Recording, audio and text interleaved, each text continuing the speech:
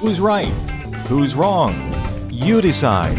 Hash it out with Frank Garay and Brian Stevens. Hello, my name's Brian Stevens and this is Frank Garay, and welcome to another edition of Hash It Out. Today we want to talk to you about how you spend your marketing dollars. We just read the annual Hammer House survey of loan officers and found out that most of you think your best investment that you could possibly make is going to be investing in marketing, yet over half of you are spending less than $500 a month. Wow. With that said, it means half of you are spending over $500 a month. A lot of your marketing dollars are going to work with real estate agents on portals and aggregating sites of real estate properties like Trulia and Zillow. Right. In fact, we've had conversations with a number of loan officers across the country who spend in excess of $700 and $800 to work with real estate agents as they market their properties on these portals. The question I have for you, Frank, is this a wise use of loan officers' marketing money, and will it pay dividends down the road for them? I would say probably not. And here's the deal.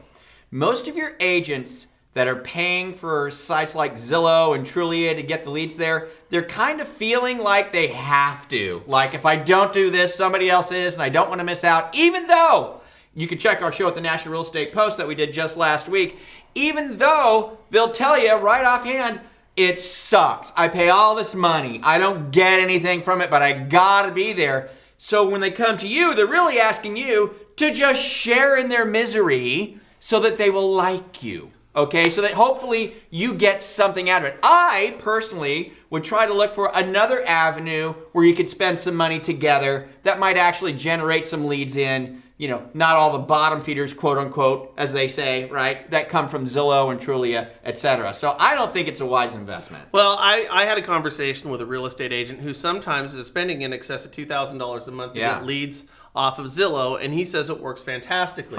And what he's doing is he's offsetting the cost of this with a couple of loan officers. So the money that he's spending isn't something that he has to completely absorb. Right. But here's the question.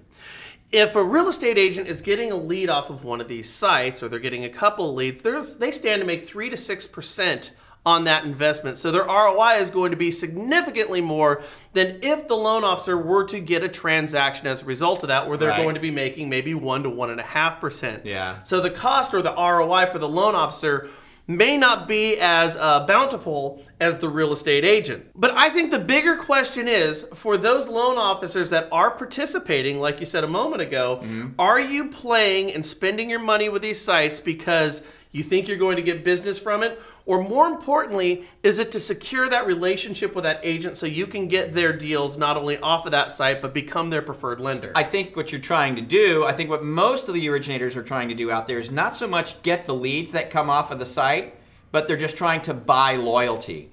And the problem that you're going to have there is... That sounds like a RESPA violation. Yeah, right. That's really kind of what it is. And yeah, exactly. But the problem that you're going to run into there is that agent, unless you really are truly personal friends with them, that agent, of course, you're going to be able to see what leads come from Zillow, and they can say, well, we're paying together, and here's the leads, and we work these leads together. That doesn't mean you're going to get the other leads that the agent's getting, the family, the friends, the past clients, the ones that aren't, quote unquote bottom feeders, the ones that actually have some potential to actually buy. You don't know if you're going to get those leads at all. So what you're buying into is hope. You're buying into some sort of loyalty that may or may not actually be real. That's why I just don't think it's a good investment. I think you should look into something different. Well, it's reported by Zillow that over 70% of the people who are searching for homes or buying homes are going to one of their sites, yet only 4% of the real estate agents are currently working with them. Yeah. Now, if you're to believe those metrics, you would have to draw the conclusion that those 4% of real estate agents and presumably lenders are going to be getting a disproportionate amount of the business. Right. I think the big thing that a loan officer has to do, if you find yourself being approached by real estate agents who either want to join in this endeavor or are currently working and spending their hard-earned money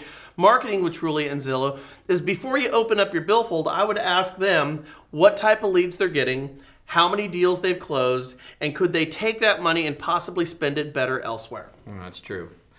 So, like maybe Listing Booster. I'm just going to say that. You have a lot more control. You may want to look into that at listingbooster.com. This isn't a pitch for that. However, you should look into other things besides the Zillow, Trulia factor where it comes to you doling out a bunch of money for what could potentially be no loyalty and no good leads. So with that, let us know your thoughts. Put your comments down below. Thanks for joining us here on Hash It Out. We'll catch up with you next week as well. See ya. Bye. Bye. Hash It Out airs every Thursday at 7 a.m. Eastern Time and can be viewed on MortgageNewsNetwork.com. Hello, this is David Koster for the Mortgage News Network. Today, nearly 90 million people will go online and watch a video. This explains why our weekly online shows have been such a hit. Custom-produced videos are simply the most powerful way of telling a business story.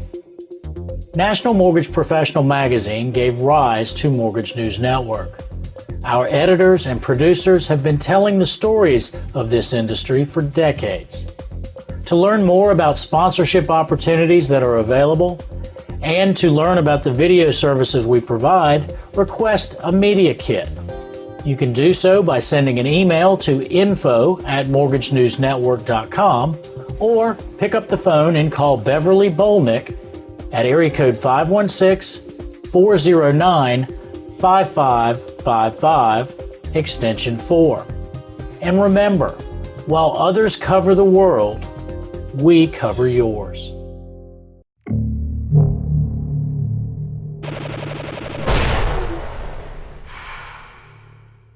This is Mortgage News Network.